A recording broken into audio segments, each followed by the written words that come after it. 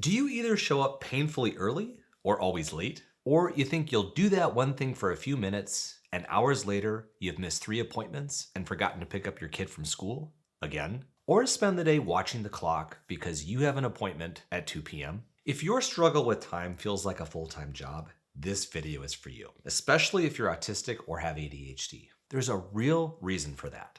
And later, I'm going to tell you about a free quick quiz you can take to help you understand why small tasks break your brain. Link for that is in the description. You're ridiculously early or perpetually late. A lot of autistic and ADHD adults swing wildly with time. You might show up way too early, sitting in your car, scrolling your phone, acting like you plan this and are totally fine being there 45 minutes ahead of time. Or you arrive late, even though you started getting ready early. Plan your entire day around this, and we're thinking about it the entire time. I've done both, sometimes for the same thing. Ooh, 20 minutes early. That's more than enough time to go for a walk.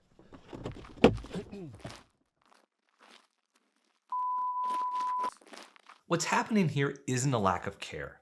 It's that your concept of time isn't processing in the background, like for other people. It requires a lot of mental input, especially when you're autistic. You're consciously thinking through every step. Okay, get dressed, grab keys, don't forget the thing. How long does traffic take today? Don't forget the other thing. When do I actually need to leave? That's a lot of executive function work before you've even left the house. And if you're autistic, you know how we feel about leaving the house. Just saying. Planning, prioritizing, and then using your working memory to keep it all in your head long enough to do it. So if you want to be on time, you're spending tons of mental energy, lots of extra effort for those processes. And we'll talk later about why that's extra hard when you're neurodivergent. Time flies by until you're waiting. I'll sit down to work on something and look up thinking maybe 20 minutes passed. And it's actually been 7 hours. And that's not just me. Focus and attention in autistic and ADHD brains has nothing to do with time. When focus locks in, your brain stops checking the clock. And whether or not you're hungry or thirsty or have to go to the bathroom, or if you should sleep ever again. Especially when you're locked in or interested in something, everything else basically doesn't exist until you're interrupted. There's a call or someone asks you a question. That's a recipe for diarrhea if there ever was one. Or you're just waiting for something, waiting for an appointment, a meeting to start, someone to arrive, an email that has you refreshing every 4 seconds. That's when time feels endless. 5 minutes might as well be 5 hours or weeks. It's not really about the waiting. It's the uncertainty. Do I have enough time to do the other thing while I wait? When will it be over? You don't want to start anything else because you're afraid you'll lose track of time. So you just wait, watching the clock, burning energy, doing nothing, trying to keep your insides from launching out the old poop chute. And internally, your brain's like, let's just spiral through all the possible reasons this is taking so long. You vastly underestimate how long things take. This one became really clear to me when working with Debbie. She'll look at a task and say, Okay, that'll take me about 2 hours. and I'm immediately thinking, how in the world do you know that? But the wild thing is, she's almost always right. 2 hours, maybe 2.5, and she's done. How is that even possible? As long as she's done it before, she knows. Now I've learned it's related to planning and also cognitive flexibility. 2 things that neurodivergent brains struggle with. So for some people like Debbie, they'll look at a task, think of the steps, quickly estimate how long each part will take, decide what to start with, and just begin. For me, that same process is a little bit more complicated and also leads to diarrhea. Just saying. A whole deluge of questions will come up. Where should I do this? What if I don't finish? And if there's other things that could interrupt me, even more mental chaos. Estimating time means I have to consciously sequence all the steps, compare them to past experiences, factor in how tired or how stressed I am today, and decide where to put my attention all at once. That's a lot of executive function before anything even starts. And conversations count here too. How long is this conversation going to take? Great question. I suggest we plan on it taking the entire day. And then add into the mix the quick processing, masking, dealing with the extra thinking of communication. That all takes executive function too. So I'm avoiding conversations, not just because they're tiring, which they actually are, especially the super interesting ones about weather and traffic. But also, they always take longer than I plan for, which is usually, hi, bye. So as we've been moving through this video, if you've been nodding your head and saying things like, yes, I do that all the time, you should check out our free quiz that will help you better understand what your brain is doing and how often it's doing it. It's an important first step to better understanding how to provide the environment your brain needs to thrive. The quiz is quick and the link's in the description. Do it now or it's gone. Forever. If I don't do something the moment I think of it, there's a good chance it's gone. Forever. Thanks a lot, brain. Plenty more where that came from. Add into the mix challenges with focus and impulsivity, and now I'm off doing that thing. No, not that thing. The other thing.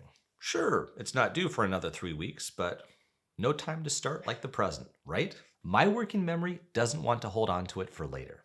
I know this from experience. So once my attention shifts, the task is gone. Into the abyss. Or I write it on my to-do list and lose track of it and when to do it. Until it smacks me in the face. Oh, buddy, that thing, it's due.